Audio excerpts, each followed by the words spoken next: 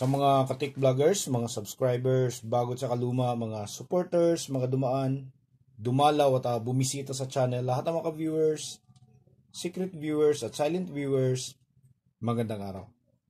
So ang topic natin ngayon ay tungkol sa speaker, ito yung gusto nating ibabagi kasi maraming mga katanungan kung worth it ba raw pinturahan yung speaker natin, yung kanyang pinaka-cone or diaphragm.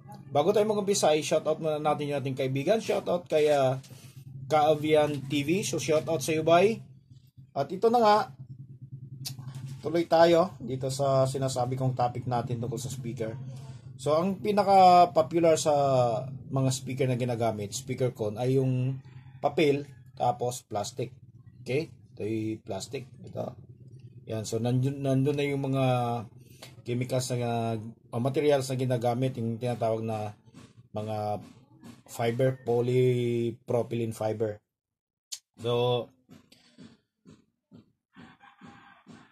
yun yung mga pinaka common. Tapos yung pinaka rare naman na speaker ay yung gumagamit ng metal, na yung metal na yun ay binabalot ng chemical design para i-absorb yung unwanted sound waves para mas ma-improve yung damping.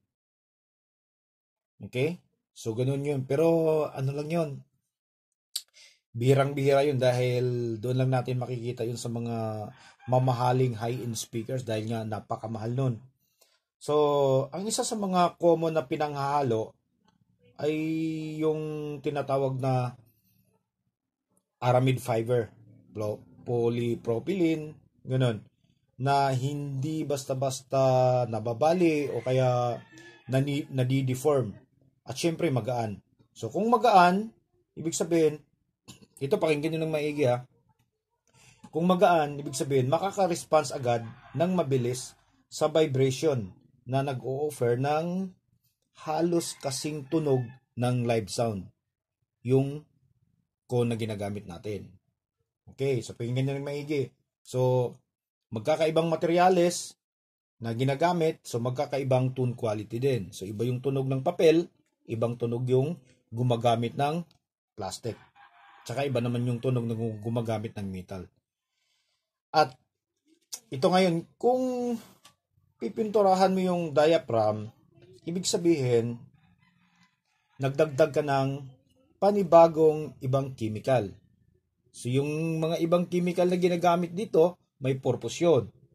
So, ano ba mga mangyayari kung magdagdag ka ng chemical?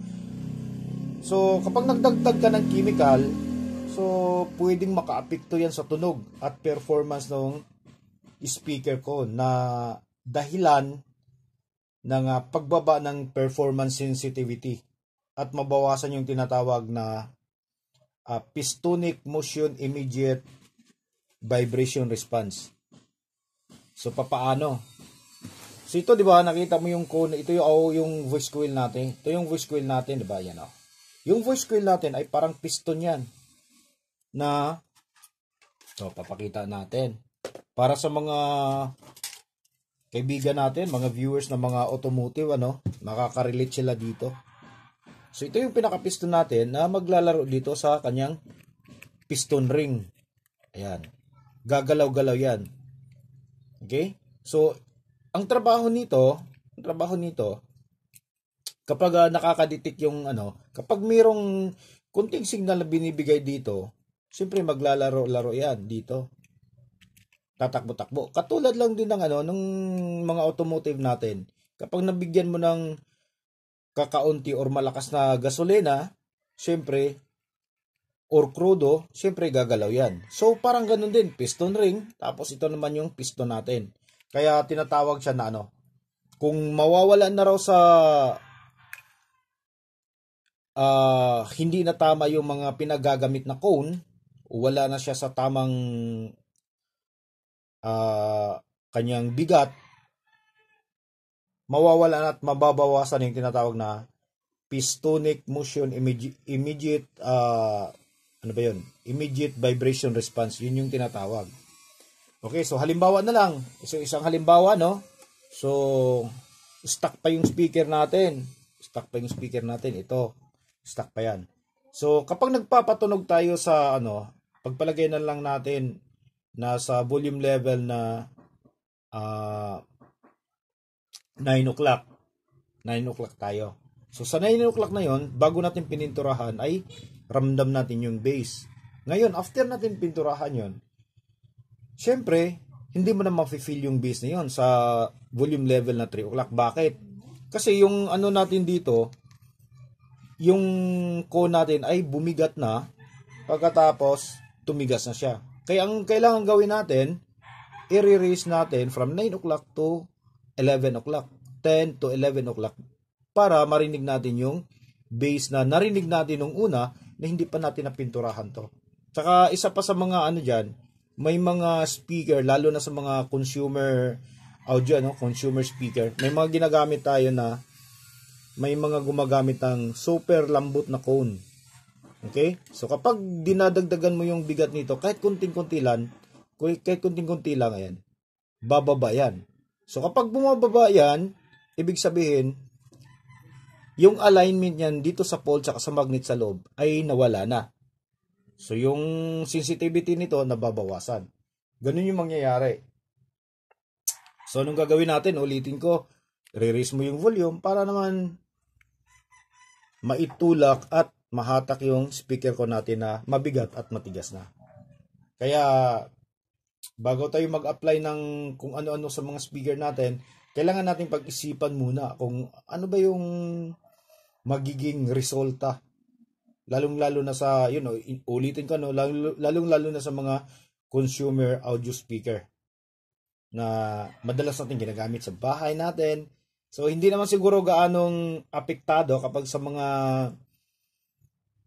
professional use, yung mga ginagamit natin pang outdoors, sa malalaking mga coliseum or stadium, hindi siguro gaano. Pero, mararamdaman mo yung pagbabago.